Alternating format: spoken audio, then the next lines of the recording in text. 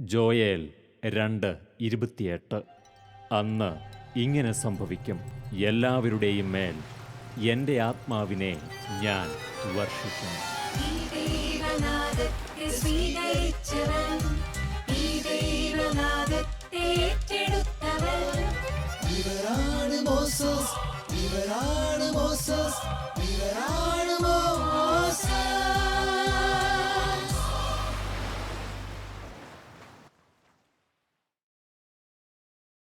പ്രിയമുള്ളവരെ, മോസസ് എന്ന ഈ പ്രോഗ്രാമിലേക്ക് ഏവരെയും വളരെ സ്നേഹത്തോടെ സ്വാഗതം ചെയ്യുന്നു.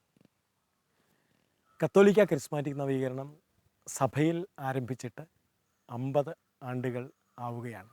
2017 കരിസ്മാറ്റിക് നവീകരണത്തിൻ്റെ ജൂബിലി വർഷമാണ്. കേരള സഭയിൽ 40 കൊല്ലങ്ങൾ പിന്നിടുന്ന നവീകരണം ആഗോള സഭയിൽ 50 കൊല്ലങ്ങൾ പൂർത്തിയാക്കുകയാണ്. നവീകരണത്തിൻ്റെ വളർച്ചയെ തിരിഞ്ഞു നോക്കിക്കൊണ്ട് കേരളത്തിലെ കത്തോലിക്ക കരിസ്മാറ്റിക് നവീകരണത്തെ നയിച്ച മുൻ ചെയർമാൻമാർ അവരുടെ വീക്ഷണങ്ങളും മുന്നോട്ട് നീങ്ങുന്ന കരിസ്മാറ്റിക് നവീകരണത്തെക്കുറിച്ചുള്ള അവരുടെ കാഴ്ചപ്പാടുകളും പങ്കുവയ്ക്കുന്ന ഈ പ്രോഗ്രാമിലേക്ക് നമ്മോടൊപ്പം ഈ എപ്പിസോഡിൽ ആയിരിക്കുന്നത് കഴിഞ്ഞ 2 എപ്പിസോഡുകളിലൂടെ തൻ്റെ വ്യക്തിപരമായ ജീവിതാനുഭവങ്ങളും ചെയർമാൻ എന്ന നിലയിലുള്ള ജീവിതാനുഭവങ്ങളും പങ്കുവച്ച ബഹുമാനപ്പെട്ട സൈമൺ വള്ളോപ്പള്ളി അച്ഛനാണ്. ഈ എപ്പിസോഡിൽ ജൂബിലിയിലേക്ക് നീങ്ങുന്ന കരിസ്മാറ്റിക് നവീകരണത്തിൻ്റെ നാളുകൾ എങ്ങനെയായിരിക്കണം എന്ന തൻ്റെ കാഴ്ചപ്പാടുകൾ വളരെ വ്യക്തതയോടെ നമ്മോട് പങ്കുവയ്ക്കാൻ അച്ഛൻ നമ്മോടൊപ്പം ആയിരിക്കുകയാണ്. ഏവരെയും മോസസ് എന്ന ഈ പ്രോഗ്രാമിലേക്ക് ഒരിക്കൽ കൂടി സ്വാഗതം ചെയ്യുന്നു. കേരള നവീകരണ സമൂഹത്തിൻ്റെ ചരിത്രത്തിലെ വർണ്ണചിത്രങ്ങൾ തേടി നാം ചെല്ലുമ്പോൾ കാൽവരിയുടെ മുകളിലേക്കെന്നോണം ക്രൂശിതനെ നോക്കി ധ്യാനിച്ചിരിക്കുന്ന ഒരു വൈദികന്റെ മുൻപിൽ ചെന്നെത്തും. ഇത് ഫാദർ സൈമൺ വള്ളോപ്പള്ളി. 1998 മുതൽ 2001 വരെ KSTയുടെ തണലായിരുന്ന പുരോഹിതൻ. നവീകരണ സമൂഹത്തിൻ്റെ പിന്നിട്ട വഴികളെ പരിശുദ്ധാത്മാവിൻ്റെ സ്നേഹത്തിൽ പൊതിഞ്ഞു പിടിച്ച ഇടയൻ. തികഞ്ഞ ശാന്തതയോടെ, അതിലേറെ കാഴ്ചപ്പാടുകളോടെ നവീകരണ ജീവിതങ്ങളെ കാലിടറാതെ പുതിയ തീരങ്ങളിലേക്ക് ചേർത്ത് നിർത്തിയ തൻ്റെ അനുഭവങ്ങൾ ഫാദർ സൈമൺ വള്ളോപ്പള്ളി നമുക്ക് മുൻപിൽ സ്മരിക്കുന്നു. കഴിഞ്ഞ 2 എപ്പിസോഡുകളിൽ ഞങ്ങൾ അച്ഛനിൽ നിന്ന് കേട്ടത് അച്ഛൻ്റെ വ്യക്തിപരമായ ജീവിതാനുഭവങ്ങളും ഒപ്പം ചെയർമാനായിരുന്ന കാലഘട്ടത്തിൽ അച്ഛൻ്റെ നവീകരണ അനുഭവങ്ങളൊക്കെയാണ് അച്ഛൻ ഞങ്ങളോട് പങ്കുവച്ചത്. ഇനി ഞങ്ങൾക്ക് ഈ എപ്പിസോഡിൽ അച്ഛൻ ഒരു മുൻ ചെയർമാൻ എന്ന വണ്ണം നാളെ കരിസ്മാറ്റിക് നവീകരണം എങ്ങനെയാകണം, കേരളത്തിലെ കരിസ്മാറ്റിക് സമൂഹം, വ്യക്തികൾ, ശുശ്രൂഷകൾ ഇതൊക്കെ നാളെ എങ്ങനെയാവണം, ഇതിൻ്റെ ഭാവി എന്താവണം എന്ന് അച്ഛന് ധാരാളം കാഴ്ചപ്പാടുകളുണ്ട്. അച്ഛൻ്റെ ആ ദർശനങ്ങൾ കേൾക്കാനായിട്ട് ഞങ്ങൾ കാത്തിരിക്കുന്നു. ഞങ്ങളേവരും അച്ഛനെ ശാലോം പ്രേക്ഷകരുടെ പേരിൽ ഹൃദയപൂർവ്വം സ്വാഗതം ചെയ്യുന്നു. അച്ഛൻ നേരത്തെ സൂചിപ്പിച്ചതുപോലെ കേരളത്തിൽ കരിസ്മാറ്റിക് നവീകരണം ആരംഭിച്ചിട്ട് 40 കൊല്ലവും ആഗോള സഭയിൽ ഇത് 50 കൊല്ലവും ആകുന്നു 2017. അപ്പോൾ ശരിക്കും കരിസ്മാറ്റിക് നവീകരണം ജൂബിലിയിലേക്ക് നീങ്ങുകയാണ്. അച്ഛൻ അതിലൊരു 35 കൊല്ലവും കേരളത്തിലെ അച്ഛൻ കരിസ്മാറ്റിക് നവീകരണത്തോടൊപ്പം ഉണ്ടായിരുന്നയാളാണ്. അച്ഛൻ ഈ നവീകരണ വളർച്ചയെ, നവീകരണം കേരള സഭയ്ക്ക് നൽകിയ സംഭാവനയെ അച്ഛൻ എങ്ങനെ നോക്കിക്കാണും? കഴിഞ്ഞ 40 വർഷമായി കേരളത്തിലെ ഈ നവീകരണ മുന്നേറ്റം ആരംഭിച്ചിട്ട് ഞാൻ അതിനോട് 35 വർഷമായിട്ട് ചേർന്ന് പ്രവർത്തിക്കുന്നുണ്ട്.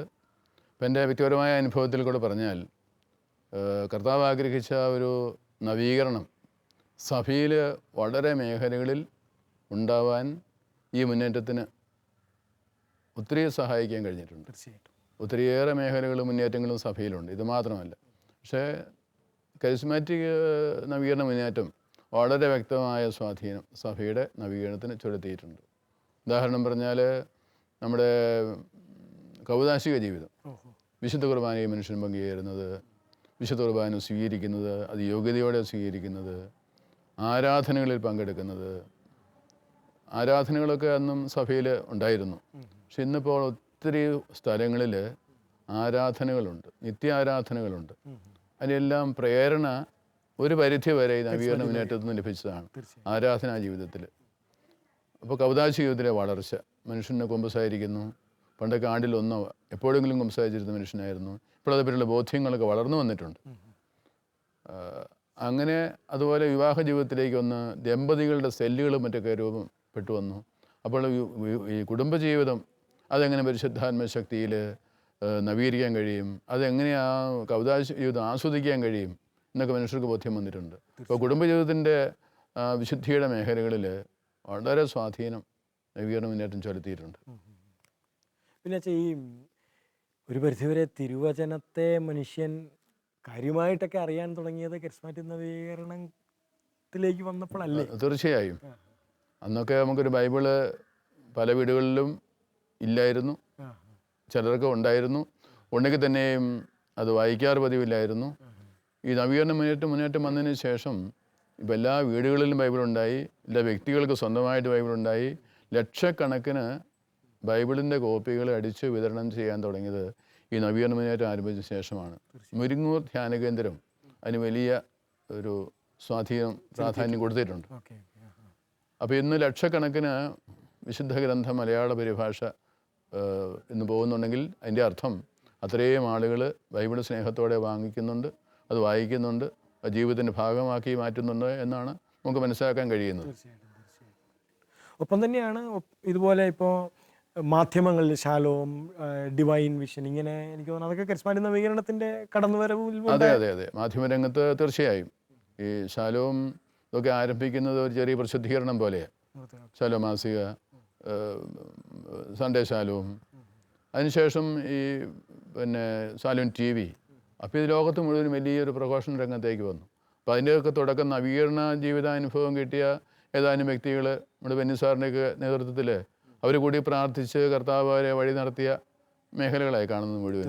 അതുപോലെ മറ്റ് ധ്യാന കേന്ദ്രങ്ങളുടെ നേതൃത്വത്തിലൊക്കെയുള്ള ഈ മാധ്യമരംഗത്തുള്ള പ്രവർത്തനം, വളരെ മാസികകൾ, വളരെയേറെ മാസികകളെന്നുണ്ട്. അപ്പോൾ അതിൽ നമ്മുടെ ശ്രദ്ധേയമായ കാര്യമാണ്. അതുപോലെ എനിക്ക് തോന്നുന്നു ഇന്ന് കേരളത്തിൽ നമ്മൾ എവിടെ ചെന്നാലും ധാരാളം ഈ കാരുണ്യ പ്രവർത്തികളുടെ സെൻറ്ററുകൾ, അതെനിക്ക് തോന്നുന്നത് കരിസ്മാറ്റിക് നവീകരണം വരുന്നതിന് മുൻപ് കേരളത്തിൽ വളരെ ചുരുക്കം ഉണ്ടായിരുന്നുള്ളൂ. തീർച്ചയായും അത് ഞാൻ വളരെ ശ്രദ്ധിക്കുന്നൊരു കാര്യമാണ്. അന്ന് നമുക്ക് അനാഥശാലകളുണ്ടായിരുന്നു. അത് സിസ്റ്റേഴ്സ് രൂപതയൊക്കെ ഏറ്റെടുത്ത് നടത്തുന്ന അനാഥശാലകൾ ചുരുക്കമായിട്ടുണ്ടായിരുന്നു. അത് നമുക്ക് ഏതെങ്കിലും തരത്തിലും ഫണ്ട് ഉണ്ടാക്കുന്നു, അതങ്ങനെ പോയിക്കൊണ്ടിരുന്നു. പക്ഷേ ഈ നവീകരണ അനുഭവത്തിലേക്ക് വന്നപ്പോൾ പാവങ്ങളെ ശ്രദ്ധിക്കണം, ഇവർ ആകാശ പറവകളാണ്, അവരെ തീറ്റിപ്പോരേണ്ട ആവശ്യമുണ്ട് എന്ന് തിരിച്ചറിവ് വന്നപ്പോൾ ഇങ്ങനെ ആകാശ പറവകളെ ശ്രദ്ധിക്കുക എന്ന് പറഞ്ഞ മുന്നേറ്റം ഉണ്ടായി. അതുകൊണ്ട് കുറ്റിക്കലശനൊക്കെ അതിന് നേതൃത്വം കൊടുത്തതാണ്. അപ്പോൾ അതൊരു നവീകരണ അനുഭവം വന്നപ്പോഴാണ് ദൈവത്തിൻ്റെ മക്കൾ ഇങ്ങനെ അനാഥരാണെന്ന് മനസ്സിലായപ്പോൾ വഴിയോരങ്ങളിൽ ഉള്ള പാവങ്ങളെ കണ്ടുപിടിക്കുക, മാനസിക രോഗികളായിട്ട് അണിഞ്ഞിരുന്നവരെ കണ്ടുപിടിക്കുക, അങ്ങനെ അവരെ പുനരധിവസിപ്പിക്കുന്ന വളരെ കേന്ദ്രങ്ങൾ കേരളത്തിൽ ഉണ്ടായിട്ടുണ്ട്. കാസർഗോഡ് മുതൽ തിരുവനന്തപുരം വരെ നോക്കിയാൽ വളരെ കേന്ദ്രങ്ങൾ ഇപ്പോൾ ഉണ്ടായിട്ടുണ്ട്. അവിടെ 100 കണക്കിന് ആളുകൾ ഇപ്പോൾ സ്വസ്ഥമായി ജീവിക്കുന്നുണ്ട്. അവരൊക്കെ അലഞ്ഞു നടത്തുന്ന മനുഷ്യരാണ്. അതിനൊക്കെ ഒരു വലിയ അളവോളം പ്രചോദനം കൊടുത്തത് നവീകരണ മുന്നേറ്റമാണ്. അതുപോലെ തന്നെയുള്ളതാണ് എനിക്ക് തോന്നുന്നു ധ്യാന കേന്ദ്രങ്ങൾ. ഈ കരിസ്മാറ്റിക് നവീകരണത്തിന് ഇപ്പം 100-ലധികം, അച്ഛൻ ചെയർമാനായിരുന്നുകൊണ്ട് അച്ഛനറിയാൻ തോന്നുന്നു, എനിക്ക് തോന്നുന്നു 100-ലധികം ധ്യാന കേന്ദ്രങ്ങൾ കേരളത്തിൽ. വചനത്തോട് താല്പര്യമുണ്ടായി. അപ്പോൾ അതുകൊണ്ട് വചനം കേൾക്കാൻ പോകാനുള്ള ആവേശം മനുഷ്യർക്കുണ്ടായി. അതുകൊണ്ട് ധ്യാന കേന്ദ്രങ്ങൾ സന്യാസ സമൂഹങ്ങളുടെ നേതൃത്വത്തിൽ, സഭയുടെ തന്നെ നേതൃത്വത്തിൽ, ചില വ്യക്തികളുടെ നേതൃത്വത്തിലൊക്കെ ധ്യാന കേന്ദ്രങ്ങൾ ആരംഭിച്ചിട്ടുണ്ട്. അപ്പോൾ അവിടെ ആഴ്ചയിൽ ധാരാളം പേര് വന്ന് ധ്യാനിച്ച് പോകുന്നുണ്ട്. പക്ഷെ എനിക്ക് പറയാനുള്ളത് ഈ ധ്യാന കേന്ദ്രങ്ങളല്ല സഭയുടെ വളർച്ചയുടെ പ്രധാന കേന്ദ്രം. അവിടെ വരുന്നവർ ദൈവത്തിൻ്റെ വചനം കേൾക്കുന്നു, മാനസാന്തരപ്പെടുന്നു, അടിസ്ഥാന ബോധ്യങ്ങളിലേക്ക് എത്തുന്നു, അവർ വീണ്ടും മടങ്ങി ഇടവകളിലേക്ക് ചെല്ലുകയാണ്. അവരുടെ കുടുംബ ജീവിതമാണ് ഭദ്രമാവേണ്ടത്. അവർ വളരേണ്ടത് ഇടവയിലുള്ള പ്രാർത്ഥനാ ഗ്രൂപ്പുകളിലാണ്. ധ്യാന കേന്ദ്രങ്ങളിൽ നിന്ന് അവർ നേരെ മടങ്ങി വരുന്നത് അവരുടെ കുടുംബങ്ങളിലേക്ക്. വളർച്ചയ്ക്ക് വേണ്ടി അവരെത്തേണ്ടത് ഇടവയിലെ പ്രാർത്ഥനാ ഗ്രൂപ്പുകളിലാണ്. അപ്പോൾ ആ പ്രാർത്ഥനാ ഗ്രൂപ്പുകളാണ് നമ്മളിന്ന് വളരെ ശ്രദ്ധിക്കേണ്ട കാര്യം. അല്ലെങ്കിൽ ധ്യാനം കേട്ട് മടങ്ങി വരുന്ന മനുഷ്യർ അവരെ അരഞ്ഞു നടക്കുന്ന മനുഷ്യരെ പോലെ വീണ്ടും പോകും. അപ്പോൾ അവർക്ക് വീണ്ടും വചനം കൊടുക്കണം, പരിശുദ്ധാത്മാവിൻ്റെ വരദാനങ്ങൾ അവർ വളരണം, അവർ കൂട്ടായ്മയുടെ ബന്ധത്തിൽ അവർ വളരണം. അതിന് ഓരോ ഇടവകയിലും ഇടവകയോട് ചേർന്ന് ഈ പ്രാർത്ഥനാ ഗ്രൂപ്പുകൾ ഉണ്ടാവണം. ഈ സ്ഥാപനങ്ങളോട് ചേർന്നുള്ള പ്രാർത്ഥനാ ഗ്രൂപ്പുകളേക്കാൾ അധികം ഇടവകയോട് ചേർന്ന പ്രാർത്ഥനാ ഗ്രൂപ്പുകളാണ് നമുക്ക് സ്വീകാര്യമായിരിക്കുന്നത്. അതാണ് സഭയോട് ചേർന്ന്. ഇടവയിൽ വികാരിയുണ്ട്, രൂപരമെത്രാനുണ്ട്. അവരുടെ കീഴിൽ ആ തണലിലാണ് ഈ നവീകരണ മുന്നേറ്റം വളർന്നു വരേണ്ടത്. നവീകരണ ജനതയുടെ വളർച്ചയ്ക്ക് പ്രാർത്ഥനാ ഗ്രൂപ്പുകളുടെ ആവശ്യകത എത്രയോ വലുതാണെന്ന് അച്ഛൻ നമ്മെ ഉദ്ബോധിപ്പിക്കുന്നു. ഈ കൂട്ടായ്മ എപ്പോഴും നമുക്ക് വ്യക്തിപരമായി പ്രാർത്ഥനയിൽ വളരുവാനും തിരുസഭയ്ക്കു വേണ്ടി അധ്വാനിക്കുവാനും ഒട്ടേറെ കരുത്തു നൽകുന്നു. ഇടവകയുടെ സ്നേഹത്തോടൊപ്പം തിരുസഭയുടെ തണലിൽ നാം ഇതിനെ ചേർത്തു വയ്ക്കുമ്പോൾ മാത്രമേ ഇത് സഭാത്മകമായി വളരുകയുള്ളൂ എന്ന് നാം തിരിച്ചറിയുക. അല്ലെങ്കിൽ തിരുസഭയുടെ പഠനങ്ങളിൽ നിന്നും മാറി തികച്ചും വ്യക്തിപരമായ പഠനങ്ങൾ കടന്നുവരികയും തെറ്റായ പ്രവണതകൾക്ക് നാം അടിമപ്പെടുകയും ചെയ്യും. തിരുസഭയുടെ ശൈലിയിലും പഠനങ്ങളിലും മാത്രമേ നവീകരണം പക്വതയോടെ വളരൂ എന്ന് അച്ഛൻ നമുക്ക് പറഞ്ഞു തരുന്നു.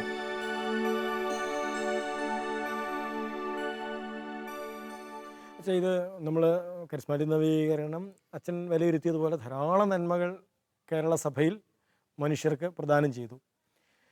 ഒപ്പം അച്ഛൻ ഒരു 35 കൊല്ലം ഇതിനോടൊപ്പം നടന്ന്, പ്രത്യേകിച്ച് രൂപതാ ഡയറക്ടർ, സോണൽ ആനിമേറ്റർ, ധ്യാന കേന്ദ്രങ്ങളുടെ ഡയറക്ടർ, അതുപോലെ KST ചെയർമാൻ, ഉത്തരവാദിത്തപ്പെട്ട ധാരാളം പദവികൾ അച്ഛൻ നവീകരണത്തിൽ വഹിച്ചിട്ടുണ്ട്.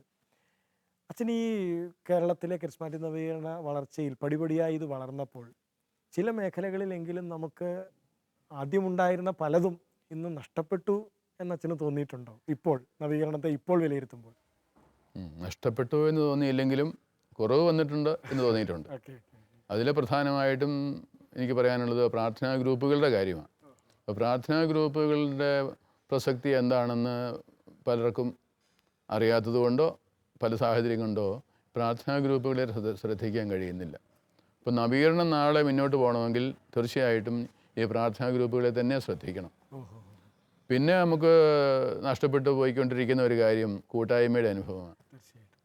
അത് വ്യക്തികൾ തമ്മിലുള്ള ബന്ധം, ശുശ്രൂഷകർ തമ്മിലുള്ള ബന്ധം, ഓരോ സംവിധാനങ്ങളിൽ സോണ്, KST, അവിടെയൊക്കെ ശുശ്രൂഷ ചെയ്യുന്നവർ തമ്മിലുള്ള വ്യക്തിബന്ധങ്ങൾ, ആത്മീയ ബന്ധം. അപ്പോൾ സത്യത്തിൽ അവർ തമ്മിലുള്ള ബന്ധത്തിൽ നിന്ന്, ആ സ്നേഹത്തിൽ നിന്നാണ് ശക്തി പുറപ്പെടേണ്ടത്. എന്തെങ്കിലും ഒന്ന് ചെയ്തു പോകുന്നവരല്ല നവീകരണ രംഗത്ത് പ്രവർത്തിക്കേണ്ടവർ. അവർ പരസ്പരം സ്നേഹിക്കുന്നു, പരിശുദ്ധാത്മാവിനോട് ആലോചന ചോദിക്കുന്നു. അവരുടെ സ്നേഹം, ദൈവികമായ സ്നേഹത്തിൽ നിന്നാണ് കർത്താവ് സംസാരിക്കേണ്ടത്. നിങ്ങൾ 2 or 3 പേര് എൻ്റെ നാമത്തിൽ കൂടുമ്പോൾ ഞാൻ അവിടെ കാണും എന്നുള്ള കർത്താവിൻ്റെ വാഗ്ദാനം ഉണ്ടല്ലോ. അത് ഈ സ്നേഹിക്കുന്ന സമൂഹത്തിലാണ് ദൈവം ഇടപെടുന്നത്, ഈശോ അവിടെ സന്നിഹിതനാകുന്നത്. അപ്പോൾ നമുക്ക് ഈ നല്ല കൂട്ടായ്മ വന്നു കഴിഞ്ഞാൽ അവിടെ പരിശുദ്ധാത്മാവ് നയിച്ചുകൊള്ളും. ഈശോ അവിടെ ഉണ്ട്, പരിശുദ്ധാത്മാവ് നയിക്കും. അപ്പോൾ ആ കൂട്ടായ്മ വളർത്തിക്കൊണ്ട് പോകാൻ അതെല്ലാ തലത്തിലും ആ കൂട്ടായ്മ വളരണം. ആത്മീയ തലത്തിൽ അതിന് ഇപ്പോൾ അല്പം കുറവ് വന്നിട്ടുണ്ടെന്നാണ്. അല്പം കുറവ് അതിന് വന്നിട്ടുണ്ട്. അത് ശ്രദ്ധിക്കേണ്ട ഒരു മേഖലയാണ്.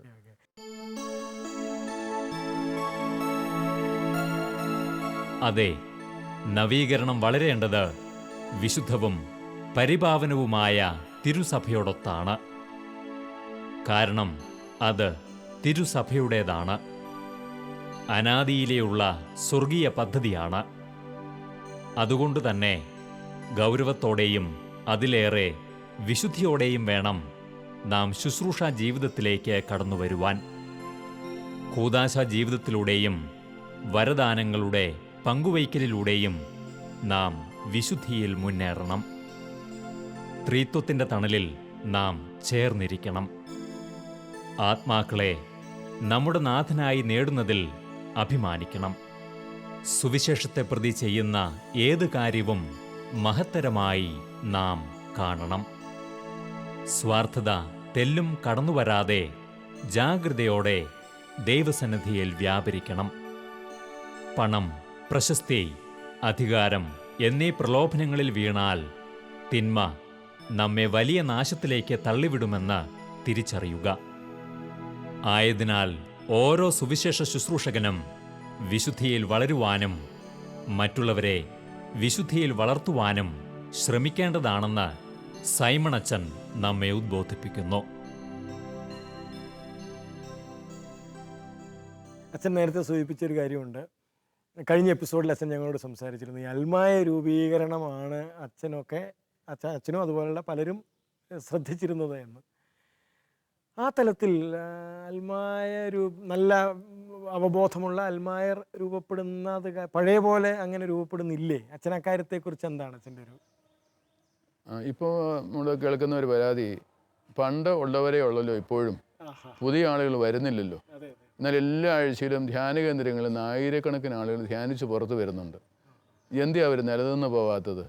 എന്തിനാ ഒരു പ്രാർത്ഥനാ ഗ്രൂപ്പിൽ വരാത്തത് എന്നിങ്ങനെ ചോദ്യം. അത് വളരെ പ്രധാനപ്പെട്ട ഒരു ചോദ്യമാണ്. ഞാനും കേൾക്കാറുണ്ട് അങ്ങനത്തെ ചില ചോദ്യം. അപ്പോൾ അതിന് എനിക്ക് തോന്നുന്നത്, നമ്മളൊരു പ്രാരംഭ ധ്യാനം കൂടി വന്ന മനുഷ്യർക്ക് പിന്നെ അന്നൊക്കെ കൊടുത്തുകൊണ്ടിരുന്ന ഒരു വളർച്ചാ ധ്യാനമാണ്. പിന്നെ വരദാനങ്ങളുടെ മേഖലയിൽ ധ്യാനം കൊടുക്കും. പിന്നെ ശിഷ്യത്വ ധ്യാനം എന്ന് പറഞ്ഞ് പടിപടിയായിട്ട് അവരെ വളർത്തിയിരുന്നു. അപ്പോൾ അങ്ങനെ പടിപടിയായിട്ടുള്ള വളർച്ചയിൽ കൂടെ കടന്നു വന്നവരാണ് ഇന്നും നിലനിൽക്കുന്നത്. കുറേയെല്ലാം കുറവും പോരായ്മ ഉണ്ടെങ്കിലും അവർ നിലനിൽക്കുന്നത് ഈ ഒരു ബേസിക് അനുഭവത്തിൽ വളർന്നു വന്നതുകൊണ്ടാണ്. അപ്പോൾ ഇന്ന് ശ്രദ്ധിക്കേണ്ട ഒരു കാര്യം അതാണ്, ഈ ഫോർമേഷൻ പ്രോഗ്രാമിൽ നന്നായി ശ്രദ്ധിക്കണം. പക്ഷേ അത് പൊതുജനത്തെ അധികം ആകർഷിക്കുകയില്ല. പൊതുജനത്തിന് വേണ്ടത് ധ്യാന കേന്ദ്രങ്ങളിൽ വരുന്നു, അവരുടെ രോഗശാന്തി ലഭിക്കുന്നു, അവരുടെ ആവശ്യങ്ങൾക്ക് അവർക്ക് ഉത്തരം കിട്ടിക്കഴിഞ്ഞു, പിന്നെ സന്തോഷമായിട്ട് അവർ മടങ്ങിപ്പോവുക. പക്ഷേ അതിൽ നിന്ന് കുറേ പേരെയെങ്കിലും ദൈവം പ്രത്യേകം വിളിക്കുന്നുണ്ട്. ഇതൊരു വിളിയാണ്, ഫോർമേഷൻ വേണം. അതെ. അപ്പോൾ ഇത് പ്രത്യേക വിളിയാണ് നവീകരണം എന്ന് പറയുന്നത്. ധ്യാനം കൂടിയവർ മുഴുവനും ഈ വിളി സ്വീകരിക്കണം നിർബന്ധമൊന്നുമില്ല. അവരെ കർത്താവ് വിളിക്കുന്നുണ്ട്. അങ്ങനെ വിളി കിട്ടിയവർ പടിപടിയായിട്ട് ഈ നേതൃത്വ രംഗത്ത് വളർന്നു വരണം. അപ്പോൾ സുവിശേഷം അറിയണം, സുവിശേഷം മറ്റുള്ളവരെ കൂടി അറിയിക്കാൻ പറ്റുന്ന അവസ്ഥയിലേക്ക് ആളുകൾ വളർന്നു വരണം. ഇതുപോലെ ശ്രീഹായുടെ താല്പര്യമാണ്. മറ്റുള്ളവരെ കൂടെ സുവിശേഷം അറിയിക്കാൻ പറ്റുന്നവരെ നിങ്ങൾ വളർത്തിയെടുക്കണം എന്നുള്ള പോലെ ശ്രീഹ നിർബന്ധമായിട്ട് ആവശ്യപ്പെട്ടൊരു കാര്യമാണ്. അപ്പോൾ അതിൽ നവീകരണ രംഗം നിന്ന് കൂടുതൽ ശ്രദ്ധിക്കണമെന്നാണ് എനിക്ക് തോന്നുന്നത്. അപ്പോൾ എനിക്ക് തോന്നുന്നത് ഇത് രണ്ടും ഒരേപോലെ പോകണം. അതായത് ഈ പ്രാഥമിക സുവിശേഷ പ്രഘോഷണം അത് അത്ഭുതങ്ങളോടും അടയാളങ്ങളോടും കൂടി നടക്കണം തീർച്ചയായും. ഒപ്പം അതിൽ നിന്ന് ഈ വിളി ലഭിക്കുന്നവരെ പടിപടിയായ ഒരു രൂപീകരണത്തിനും കൂടി. അതെ, അത്ഭുതങ്ങളും അടയാളങ്ങളും പരിശുദ്ധാത്മാവിൻ്റെ പ്രവർത്തനമാണ്. അത് മനുഷ്യരാരും സൃഷ്ടിക്കുന്നതല്ല. അത് വചനം പറയുന്നിടത്ത് പരിശുദ്ധാത്മാവ് വചനങ്ങളെ സ്ഥിരീകരിച്ചുകൊണ്ട് അത്ഭുതങ്ങൾ പ്രവർത്തിക്കും. അത് അതിൻ്റെ പ്രാഥമികമായിട്ട് ഒരു വഴിയാണ്. അത് കർത്താവ് പറഞ്ഞിട്ടുണ്ട്, അടയാളങ്ങൾ കണ്ടുകൊണ്ട് നിങ്ങൾ വരണം. ഇത് അടയാളം കണ്ടുകൊണ്ട് അടയാളം പ്രവർത്തിച്ചതിലേക്ക് എത്തണം. അപ്പോൾ ദാനങ്ങളിലല്ല, ദാതാവിലേക്ക് എത്തുന്ന ഒരു വളർച്ചയിലേക്ക് എത്തണം. അത് ഈശോ പറഞ്ഞിട്ടുണ്ട്, നിങ്ങൾ ഈ സുവിശേഷം പ്രഘോഷിച്ച് വിശ്വസിക്കുന്നവരെ എല്ലാം ശിഷ്യപ്പെടുത്തണം. ഇതാണ് കർത്താവിൻ്റെ കൽപ്പന. സുവിശേഷം പ്രഘോഷിച്ചാൽ മാത്രം പോരാ, വിശ്വസിക്കുന്നവരെ ശിഷ്യപ്പെടുത്തി പിതാവിൻ്റെയും പുത്രൻ്റെയും പരിശുദ്ധാത്മാവിൻ്റെയും നാമത്തിൽ സ്നാനപ്പെടുത്തണം. അപ്പോൾ പിതാവ് ആരാണ്, പുത്രൻ ആരാണ്, പരിശുദ്ധാത്മാവ് ആരാണ് എന്നുള്ള ആ അറിവിൽ അവരെ പടിപടിയായിട്ട് വളർത്തി ആ ജ്ഞാനത്തിൽ അവരെ വളർത്തണം എന്നുള്ളതാണ് കർത്താവിൻ്റെ കൽപ്പനയുടെ അർത്ഥമെന്നാണ് ഞാൻ മനസ്സിലാക്കുന്നത്.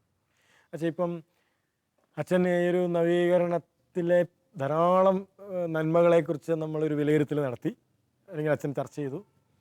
ഒപ്പം നമുക്ക് ഈ വളർച്ചയ്ക്കിടയിൽ വന്നുപോയ ചില കുറവുകളെക്കുറിച്ചും അച്ഛൻ പറഞ്ഞു. അപ്പോൾ ഇതിൻ്റെ ഈ ഒരു പശ്ചാത്തലത്തിൽ ഇന്നത്തെ ഈ ഒരു അവസ്ഥയിൽ, ഇതിപ്പോൾ 2015 ഈ ഒരു കാലഘട്ടത്തിൽ നവീകരണം ഇവിടം കൊണ്ട് തീരാൻ പാടില്ല. നവീകരണം ഇനിയും മുമ്പോട്ട് പോയേ പറ്റൂ ശക്തമായിട്ട്. അങ്ങനെയെങ്കിൽ ഇനി ഇതെങ്ങനെ മുമ്പോട്ട് പോകണം? അച്ഛൻ്റെ മനസ്സിൽ എന്തെങ്കിലും ഇനി ഇതെങ്ങനെ മുമ്പോട്ട് പോകണം? അതിന് എനിക്ക് തോന്നുന്ന ഒരു ഉത്തരം, നമ്മൾ തിരിച്ചു പോകണമെന്നുള്ളതാണ്. ആദിമസഭയിലേക്ക് മടങ്ങിപ്പോവുക. ആദിമസഭയിലേക്ക് മടങ്ങിപ്പോകാനാണ് എല്ലായിടത്തും നമുക്ക് നിർദ്ദേശങ്ങളുള്ളത്. അതുകൊണ്ടാണല്ലോ നമ്മൾ വിശുദ്ധ ഗ്രന്ഥം പഠിക്കുന്നത്, സഭാപിതാക്കന്മാരുടെ പുസ്തകങ്ങൾ വായിക്കുന്നത്, കൗൺസിൽ പ്രബോധനങ്ങൾ വായിക്കുന്നത്. ആ ആദിമസഭയിലേക്ക് പോകാനാണ്. അതുപോലെ നവീകരണത്തിൻ്റെ ആദ്യ അനുഭവങ്ങളുണ്ട്, ആ അനുഭവത്തിലേക്ക് പോകണം. വെളിപാട് പുസ്തകത്തിൽ വായിക്കുന്നതിന് ആദ്യ സ്നേഹം, നവീകരണ ധ്യാനത്തിലേക്ക് വന്ന് ആദ്യം പങ്കെടുത്തപ്പോൾ ഒരു അനുഭവം ഉണ്ടായിരുന്നു. ആദ്യത്തെ കൂട്ടായ്മയുടെ അനുഭവമുണ്ട്, അത് ആദ്യ അനുഭവമാണ്. അച്ഛന് തോന്നുന്നുണ്ടോ ഈ നവീകരണം ഇത്രയും പടർന്ന് പന്തലിച്ച ഒരു കാലഘട്ടത്തിൽ ഇതിനെ തിരിച്ചു കൊണ്ടുപോകാൻ പറ്റും എന്നൊരു ശുഭാപ്തി വിശ്വാസം അച്ഛനുണ്ടോ? തീർച്ചയായിട്ടും ഉണ്ട്. കാരണം ഇന്ന് ഇത് മടങ്ങി പോവേണ്ട ഒരു കാലഘട്ടമായി എന്ന് പൊതുവേ തോന്നലുണ്ട്. കാരണം ആഗ്രഹിച്ചു വന്ന വളർച്ചയല്ല, ആഗ്രഹിക്കാത്ത പോലെ ഇത് പോകുന്നുണ്ട്. അതുകൊണ്ട് നമുക്ക് നവീകരണത്തെ തന്നെ നവീകരിക്കണം എന്ന് ഇപ്പോൾ ഒരു പൊതുവായ ചിന്ത വളർന്നു വരുന്നുണ്ട്. അത് ആത്മായ സഹോദരങ്ങളിൽ ഒക്കെ വളർന്നു വരുന്നുണ്ട്. ഞാനിപ്പോൾ ഇവിടെ കോഴിക്കോട് സോണിൻ്റെ അനിമേറ്ററാണ്, താമരശ്ശേരി രൂപതയുടെ ഡയറക്ടറാണ്, ക്രിസ്ത്യൻ ജീസസ് യൂത്ത് ഇതിൻ്റെയൊക്കെ ഒരു നേതൃത്വം കൊടുക്കാൻ വേണ്ടി നിമിതാവിനെ നിയോഗിച്ചിട്ടുണ്ട്.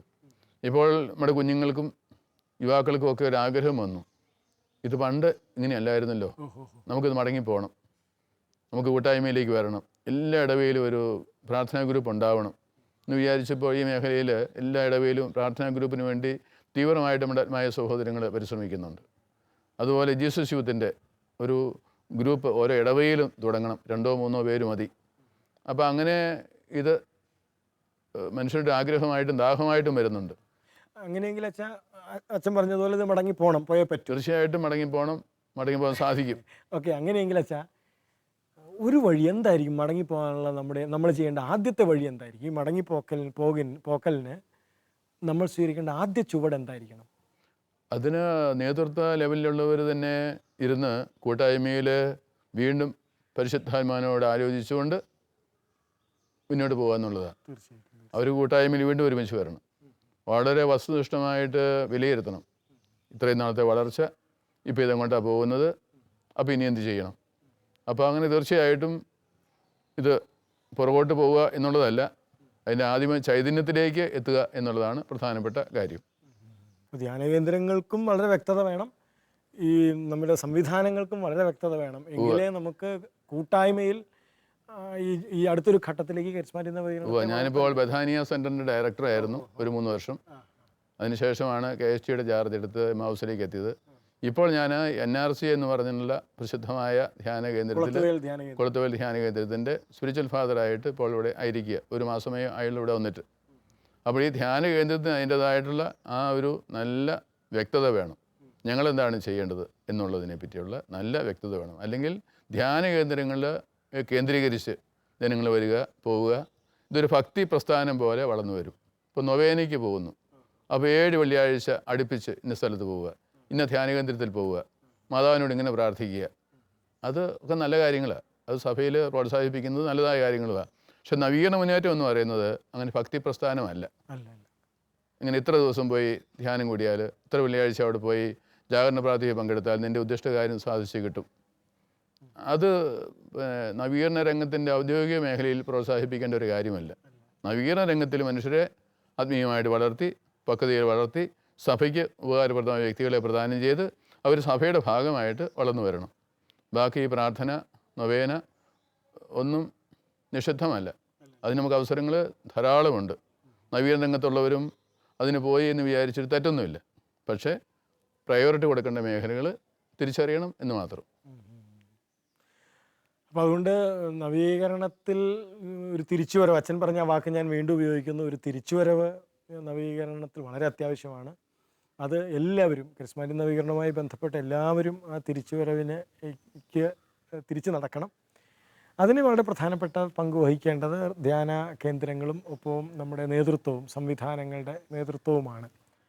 ഒപ്പം ശ്രദ്ധിക്കേണ്ട ഒരു കാര്യം, നേരത്തെ സൂചിപ്പിച്ചതുപോലെ വൈദികർ അവരുടെ ഒരു കൂട്ടായ്മയിൽ വളർന്നു വരിക. ഈ നവീകരണ അനുഭവത്തിലേക്ക് വന്ന വൈദികരുണ്ട്, അവരൊരു നല്ല കൂട്ടായ്മയിൽ വളർന്ന്, അവരും പക്വതയിൽ വളർന്ന്, അവരും രൂപതയിലും സഭയിലുമൊക്കെ വളരെ ശ്രദ്ധേയമായ കാര്യങ്ങൾ ചെയ്യുന്നുവെന്ന് അവർക്കും തോന്നണം, മറ്റുള്ളവർക്കും തോന്നണം. അതുപോലെ സമർപ്പിതരായിട്ടുള്ള സിസ്റ്റേഴ്സുണ്ട്, അവർക്കും അതുപോലെയുള്ള കൂട്ടായ്മകൾ വളരണം. ആത്മായ സഹോദരങ്ങൾക്കുണ്ട്. ഇനി അത് മൂന്ന് തലത്തിലല്ല പോകേണ്ടത്, അവരൊരുമിച്ച് വരണം. വൈദികരും സിസ്റ്റേഴ്സും ആത്മായരും ഒരുമിച്ച് വന്നുള്ള കൂട്ടായ്മകൾ വളരണം. ഒരുമിച്ച് കൂട്ടായ്മയിൽ വളരണമെങ്കിൽ സെപ്പറേറ്റ് ആയിട്ടുള്ള കൂട്ടായ്മകളിൽ വളർന്നാൽ മാത്രമേ ഉള്ളൂ ഈ ഒരുമിച്ചുള്ള കൂട്ടായ്മയിൽ വളരുകയുള്ളൂ. അവസാനമായിട്ട് നവീകരണം ജൂബിലിയുടെ പടിവാതിൽക്കലാണ്. 2017 നവീകരണത്തിൻ്റെ ആഗോള സഭയിലെ ജൂബിലി വർഷമാണ്. ജൂബിലിയിലേക്ക് നീങ്ങുന്ന കരിസ്മാറ്റിക് സമൂഹത്തോട്, ആഗോള കരിസ്മാറ്റിക് നവീകരണത്തോട് ഒരു മുൻ ചെയർമാൻ എന്ന വണ്ണം അച്ഛൻ്റെ ഒരു ഉപദേശം.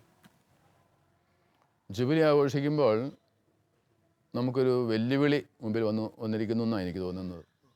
U have to do something more. ഇനിയും നമ്മൾ എന്തെങ്കിലും ചെയ്യാനായിട്ടുണ്ട്. ഇപ്പോൾ 50 വർഷത്തെ ജൂബിലി നമ്മൾ പല വിധത്തിൽ ആഘോഷിക്കാം. അത് ആവശ്യമാണ്. അത് ആഘോഷിക്കുമ്പോൾ ഇനിയും അടുത്തൊരു സ്റ്റെപ്പിലേക്ക് പോകാനുള്ള ഒരു തുടക്കമായിട്ട് ആ ആഘോഷത്തെ മുൻകൂട്ടി കണ്ട് അതിന് ക്രമീകരണങ്ങൾ ചെയ്യണമെന്നാണ് എനിക്ക് തോന്നുന്നത്. അല്ലെങ്കിൽ പല ആഘോഷങ്ങളും ആഘോഷമായിട്ട് അവസാനിക്കും. നമ്മുടെ ആഘോഷം എന്ന് പറയുന്നത് സെലിബ്രേഷൻ, നമുക്കൊരു അവകാശമുണ്ട്, അഭിമാനമുണ്ട് സെലിബ്രേറ്റ് ചെയ്യാനായിട്ട്. പക്ഷേ ആ സെലിബ്രേഷൻ നമ്മൾ അടുത്ത സ്റ്റെപ്പിലേക്കുള്ള ഒരു കുതിപ്പായിട്ട് അതിനെ മാറ്റണം എന്നാണ് എനിക്ക് പറയാനായിട്ടുള്ളത്.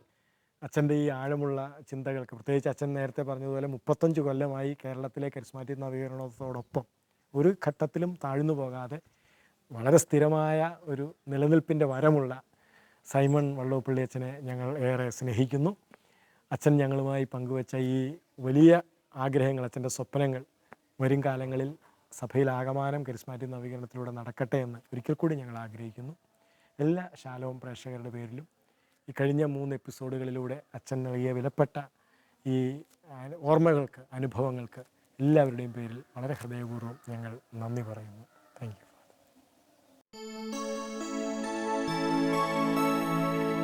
നവീകരണത്തെ തിരുസഭയുടെ സ്നേഹത്തിൽ പൊതിഞ്ഞ വൈദികൻ, ദീർഘവീക്ഷണത്തോടെ കരം പിടിച്ച് പുതിയ തീരങ്ങളിലേക്ക് നയിച്ച ഇടയൻ, ഈ പുരോഹിതനിലൂടെ ദൈവം തിരുസഭയിൽ നവീകരണ സമൂഹത്തിനായി നൽകിയ അനന്തകൃപകൾക്ക് നന്ദി.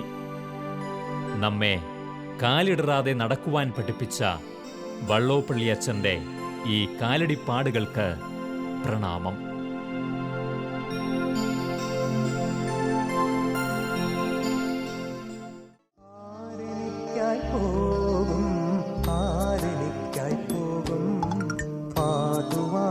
വചനം ഏകുവാനൊരു സാക്ഷ്യം.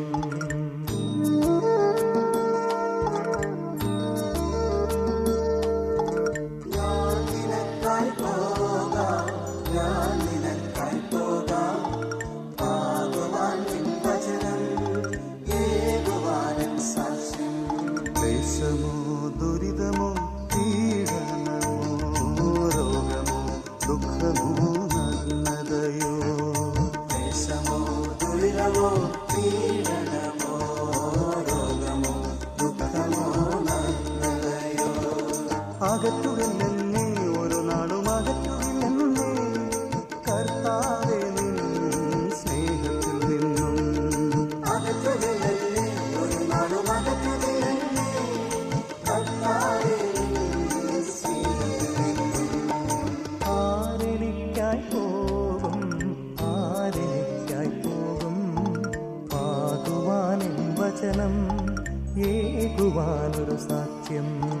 ഞാൻ നിനക്കായി പോകാം, ഞാൻ നിനക്കായി പോകാം, ആകുവാൻ വചനം